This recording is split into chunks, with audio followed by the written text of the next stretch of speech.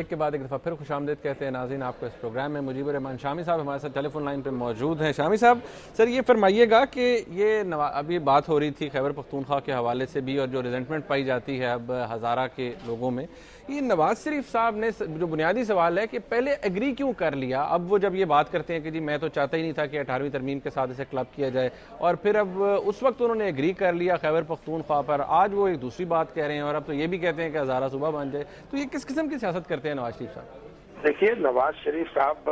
جو بات کہہ رہے تھے وہ اصولی طور پر تو ٹھیک تھی، لیکن جس موقع پر انہوں نے کہی وہ لوگوں کو گوارا نہیں ہوئی اور اس پر بڑی تنقید ہوئی۔ تو اس تنقید کے نتیجے میں پھر انہوں نے مناسب سمجھا کہ کوئی کمپرومائز کر لیا جائے اور کوئی نام تجویز کر لیا جائے۔ اس سارے معاملے میں جو ہزارہ کے جذبات ہیں وہ ان کی نگاہ سے اوجھل ہو گئے، وہ شاید اندازہ نہیں کر پائے کہ اتنی شدت سے رد عمل ہوگا۔ تو نواز شریف صاحب سے اس میں کچھ نہ کچھ کوتاہی تو ضرور ہوئی ہے، لیکن آپ کو پتا ہے کہ انسانی معاملات میں ایسا ہو جاتا ہے۔ اب بھی یہ ضروری بات نہیں ہے کہ ہم ان کی کوتاہی کا تذکرہ کریں، اصل بات یہ ہے کہ جس طرف وہ کہہ رہے ہیں، نشاندہی کر رہے ہیں، اس طرح توجہ دیں اور نام جو ہے اس میں دوبارہ کوئی ایسی صورت پیدا کریں کہ ہزارے کے لوگوں کی تسکین ہو جائے، وگرنہ وہاں جو صوبہ ہے اس کی تحریک توانا ہوگی اور اس کے ساتھ ساتھ دوسرے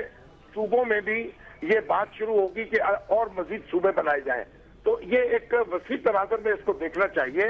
اور اس کو ایک معمولی بات نہیں سمجھنی چاہیے۔ شامی صاحب لیکن اب جو ہزارہ کے لوگ ہیں وہ تو اس بات سے بہت آگے نکل چکے ہیں، وہ اب نام کی تبدیلی تو چاہیں گے بھی نہیں، وہ تو چاہتے ہیں کہ اب ہزارہ صوبہ بنے۔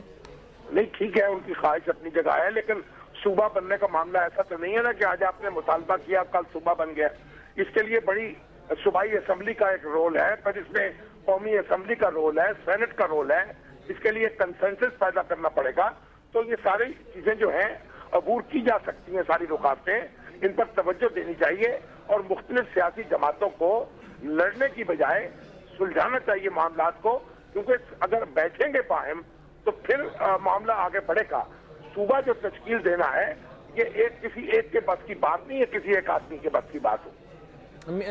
شامی صاحب یہاں پر ایک بات جو میں بلکہ آخری سوال آپ سے یہی کرنا چاہوں گا کہ آپ کو معلوم ہے کہ جتنی بھی مسلم لیگیں ہیں اس وقت ماشاءاللہ ہیں بھی بہت ساری، مسلم لیگ نواز دیکھ لیجئے، مسلم لیگ کاف دیکھ لیجئے، وہ اسپلنٹرز گروپ جو ہے ہم خیال، آلدو وہ نہیں مانتے، وہ بھی کہتے ہیں پاکستان مسلم لیگ ہے، سارے اس بات پہ ایگریڈ ہیں کہ جی ہزارے کو صوبہ بنا دیں اور بننا چاہیے، جی بننا چاہیے۔ اب پھر ڈیفرنس کس کے ساتھ آئے گا؟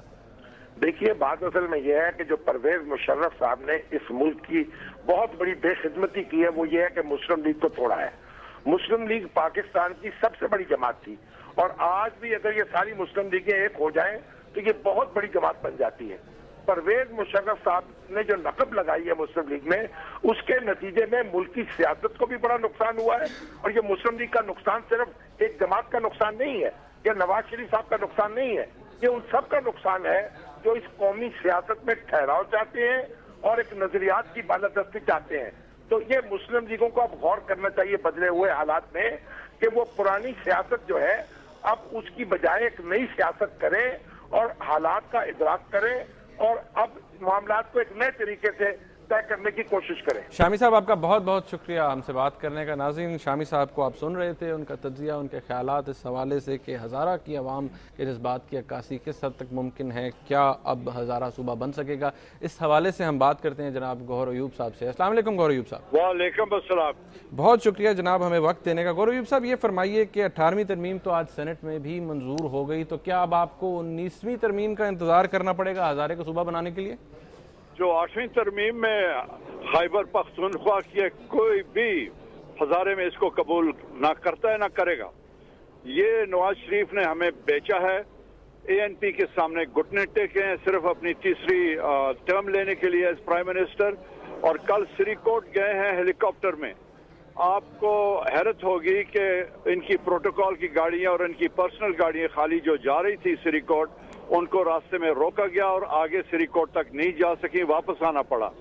ہر سڑک ان کی بند تھی، اور اگر نواز شریف بائی روڈ جاتا ہے اس کو بھی کر دیتے، اور سری کوٹ میں صرف 75 آدمی تھے۔ اس کے لیے اندازہ کریں، ایک وقت تھا نواز شریف کے ساتھ پیار محبت تھی ہزارے کی، کل سری کوٹ جانے سے پتہ چل گیا کہ 75 آدمی ایک